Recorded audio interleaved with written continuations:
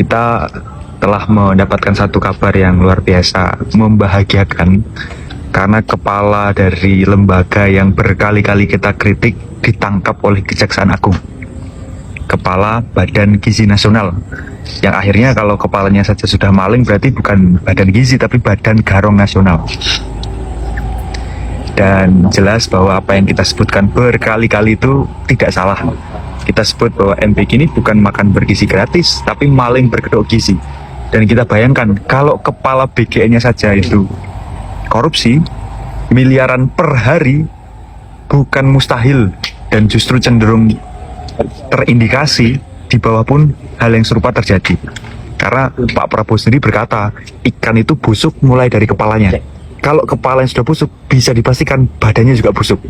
Nah, hari ini kita tahu bahwa kepala yang busuk itu namanya adalah Pak Dadan, dengan dua wakilnya yang kemudian juga ditangkap Kejaksaan Agung. Yang kebetulan kalau sama Pak Sony, salah satu wakil kepala BGN yang ditangkap itu, saya punya pengalaman khusus. Beliau itu sempat mengatai saya monyet ketika saya mengkritik MBG. Dan terima kasih Pak Sony, dan selamat untuk memproses nasibnya yang baru. Semoga tidak kedinginan kalau di ruang-ruang tahanan nanti.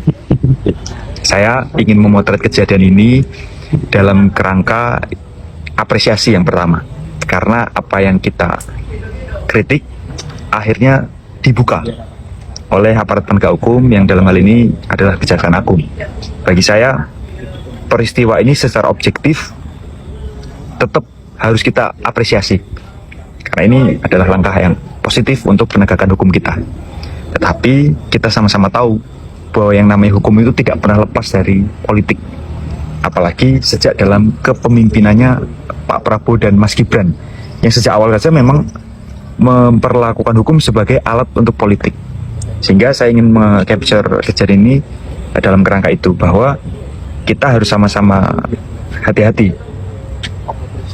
Kalau setelah Pak Dadan ditangkap tidak ada perbaikan sistem di dalam menjamin akuntabilitas daripada penggunaan anggaran di MBG, maka yang terjadi sebenarnya bukan penegakan hukum, tetapi penumbalan, pengambing hitaman, supaya medan konflik itu berpindah.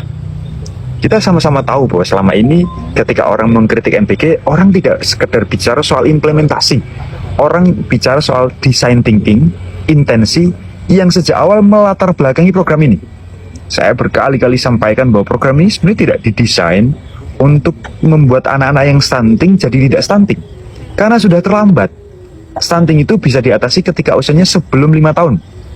Kalau orang sudah SD, SMP, SMA, usianya jauh daripada 5 tahun, kalau memang dia kuntet, stunting, ya itu tidak kemudian bisa setinggi Michael Jordan. Itu yang pertama. Yang kedua, kalau ini untuk gizi pun, stunting itu kan angkanya 19%. Kenapa yang dikasih itu targetnya adalah 100%? Ini adalah tanda bahwa sejak awal intensi daripada MBG itu adalah maling berkedok gizi. Sehingga menurut saya penangkapannya Pak Dadan di Kejagung ini bukan karena beliau maling saja, tetapi bahwa pesan dari Presiden kepada Pak Dadan bahwa malingmu kurang canggih, maka diganti oleh Bu Nani yang mungkin cara malingnya akan lebih canggih.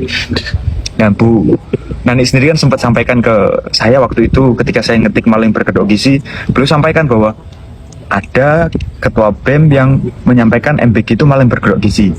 Tapi saya tunggu-tunggu kok malingnya tidak ketangkep-ketangkep. Saya berharap malingnya segera ketangkep. Begitu kata Bu Nani waktu itu, di sekitar bulan Mei kalau tidak salah.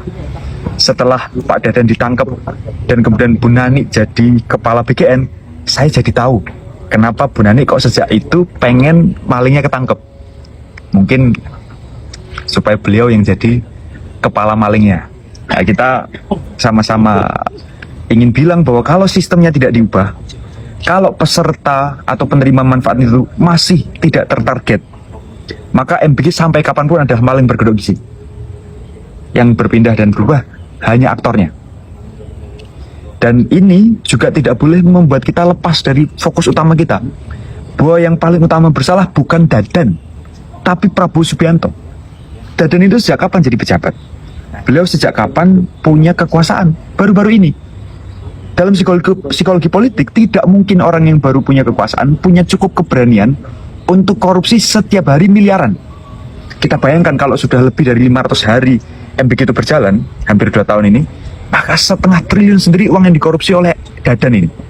Mungkinkah, pertanyaan untuk kita semua, mungkinkah Pak Dadan itu melakukan itu atas inisiatifnya sendiri, atas kemauannya sendiri, dan tanpa ada jaminan dari seseorang, entah kekuatan apa itu, bahwa kamu akan aman?